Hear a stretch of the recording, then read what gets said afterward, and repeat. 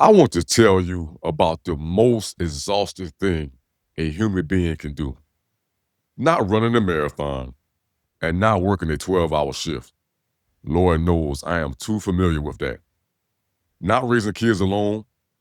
The most exhausting thing a human being can do is trying to make something work that was never designed to work.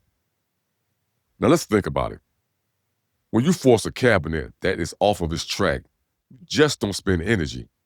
You spend frustration. You spend time. And you spend pieces of yourself on something that shouldn't have been hard if it had just been on the right track.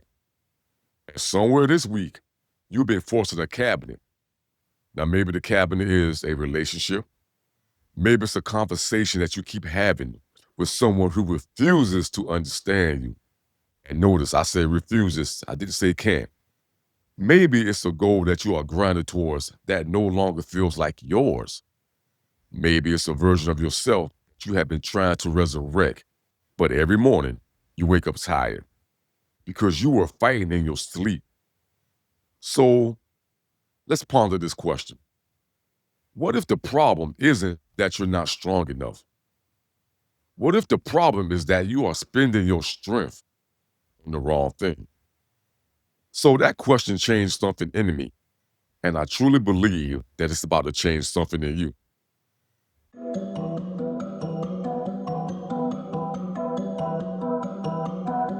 Welcome to Articulated Illustration, where we see things from unusual angles. I'm your host, Dwane Richardson Sr. This podcast is sponsored by me, but if you want to invest in purpose and build something together, let's make it happen. And today, we are talking about the art of stopping. Word of the day. Resistance. Resistance is the force that opposes motion or progress between two surfaces in contact with each other. In physics, resistance isn't always the enemy. It's information. It tells you something about the surfaces that are involved, whether they're compatible or not, whether one is moving against its own design. Now, what if every place in your life where you feel resistance isn't a wall to break through? What if some of it is just information? What if some of it is the universe trying to tell you that these two surfaces were never meant to move together? Hold that thought. We're going somewhere with it, I promise you. But here's something I've been sitting with. We live in a culture that has completely weaponized persistence. We have podcasts about it, books about it, tattoos about it. Never give up, push through, grind harder, believe bigger, and be the person who didn't quit. But I want to be careful here because persistence is real. Also, discipline is real. And showing up when it's hard is absolutely necessary. But here's the part where it gets real dangerous. We took a principle, don't quit, and we applied it indiscriminately to every situation, every relationship, every environment, every dream, and every version of ourselves. And now we have a generation of people who are not quitters, but who are also not free. People who are holding on. And not because they believe in what they are holding, but because they were taught letting go is weakness. But what if some things are supposed to be released? What if some doors are supposed to stay closed? And what if some seasons are supposed to end? Have we ever truly thought about that? What if the most disciplined thing you can do is knowing when to stop forcing? Now let's talk about that for a minute. Have you ever pushed on a door that says pull?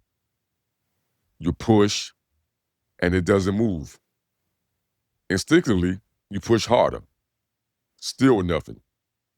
Then you check if something is blocking it. And yet you try again. Still nothing.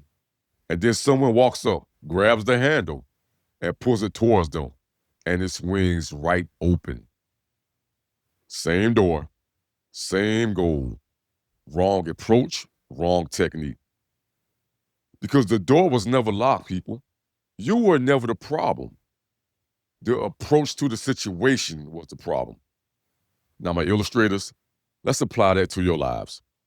How many things have we been pushing on that were designed to open the other way? Let that sit for a moment. Some relationships are a pull and not push. You can't force someone to want you. You can't push your way into someone's heart who has already decided that you don't belong there. In 1991, the singer Bonnie Raitt made a song called I Can't Make You Love Me. And in 2010, the R&B singer Tank redid the same song. And basically, it is reiterating what we are talking about right here. And the more you push, the more exhausted you get. And while the door just sits there, perfectly functional, wait for someone to understand its design. Some opportunities are pull, not push. They don't open with force. They open with positioning, patience, with readiness. And when you are constantly pushing on the wrong doors, you are missing the ones that are swinging wide open behind you. Now, suppose somebody carries a MacBook charger everywhere they go, and one night they are exhausted and they are trying to charge their phone with the MacBook cable, trying to get into the port, but it wasn't fitting right, and their phone was at 3%. I imagine they would be so frustrated, and they would keep adjusting, keep pressing, and keep thinking that it wasn't aligned. But then they looked down, and they had the wrong cable, not the wrong phone, and not the wrong attention, but the wrong cable. Now think about the people in your life who you keep trying to get energy from, who were never designed to charge you from the first place. And not because they are bad people. They are not inherently bad. And not because they don't love you, but because they are the wrong port for your design. You are asking them for peace, and they are only built for chaos. You are asking them from depth, and they are living on the surface, real shallow. And you are asking them for honesty, and they are only fluent in comfort. You're not broken. They're not broken. You're just incompatible chargers. And some of us have been plugging into the wrong people for a long time. And we wonder why we are always at 4%. There's a concept in training called overtraining. And that's when you work a muscle so hard on a regular basis without rest that instead of the muscle getting stronger, it actually breaks down. It tears, it inflames. And if you keep pushing it without giving it time to recover, guess what? It does not grow. It degrades. And that is what forcing does to your spirit. And I'm pretty sure everybody looking and listening to this can attest to exactly what I'm talking about, because this hits home for me. The thing that you are gripping so tightly right now, the job that's crushing you, the relationship that's only leaving a shell of you, the version of yourself that you are trying to keep alive that doesn't fit your narrative anymore. You are overtraining your soul. You are tearing down more than you are building. And on top of that, in today's society, we are calling the pain dedication. We are calling it commitment. And we are calling the emotional inflammation love. But some pain is not productive. And some soreness is not the kind that makes you stronger. The things that you are holding on are the exact reason that you haven't healed. Here is today's articulated illustration. We talk about forcing like it's always loud, like it's always dramatic. But most of the forcing that we do is real quiet. It's the smile that you hold in the room where you never felt safe. It's the version of yourself that you put on when you get around certain people. The smaller version, the agreeable version, the yes version. The version that doesn't take up too much space because you don't want to offend anybody. That's forcing. That quiet, daily, invisible forcing, it costs much more than the loud kind. Because at least when it's loud, you know that you are doing it. The quiet forcing is the kind where years go by, and one day you look at yourself in the mirror and you don't recognize the face that's looking back at you. And that's painful. Because you've been shaping yourself around the things that didn't fit for so long that you forgot what your original shape was. So I want to ask you something. I truly wanted to sit with you. What would you stop forcing if you believed that you wouldn't lose anything important by releasing it? A river does not fight a rock, and it doesn't push against it, and it doesn't get frustrated with it. It just goes around. And in going around it, it doesn't lose momentum. It doesn't lose direction, and it doesn't lose its identity as a river. What it does is it finds another path to the same destination. Now, there's a difference between a rock in the river and a wall at the end of the river. Hear me out.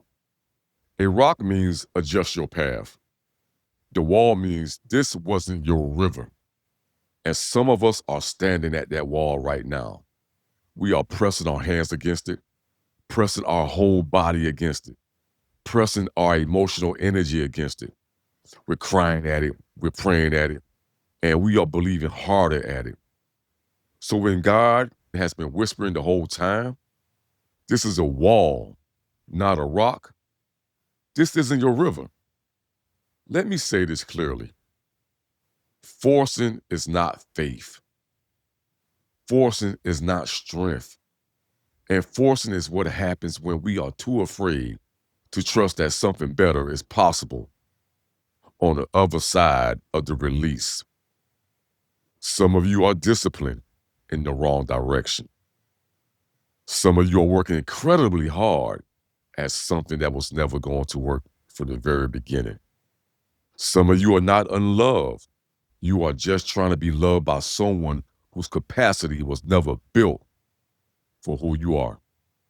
And I need all of you to hear this. The door that won't open is not a reflection of your worth. The charging that doesn't fit is not a commentary on your value. The relationship that keeps breaking is not proof that you are hard to love.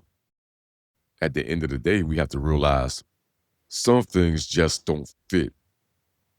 And the bravest thing you can do is, in the words of Teddy Pendergrass, let it go. But here's what I want you to take with you today. Alignment is not passive. Letting go is not giving up. And rest is not retreat. Sometimes the most productive thing you can do is to stop, breathe, and ask, am I forcing this? And if the honest answer comes back to you is yes, give yourself permission. Permission to release, permission to redirect, and permission to find out what was actually designed for you. Because when something is right and when it fits, you won't have to destroy yourself to make it work. If this episode meant something to you, share it with the person who is still pushing on a door that says pull, because they really need to hear it. Please subscribe, follow, and leave a review, and download the podcast. Always remember to do what's absolutely necessary every day and keep illustrating your life. Why? It's your dream. It's your vision. Keep the pen in your hand. And until the next illustration, we'll talk later.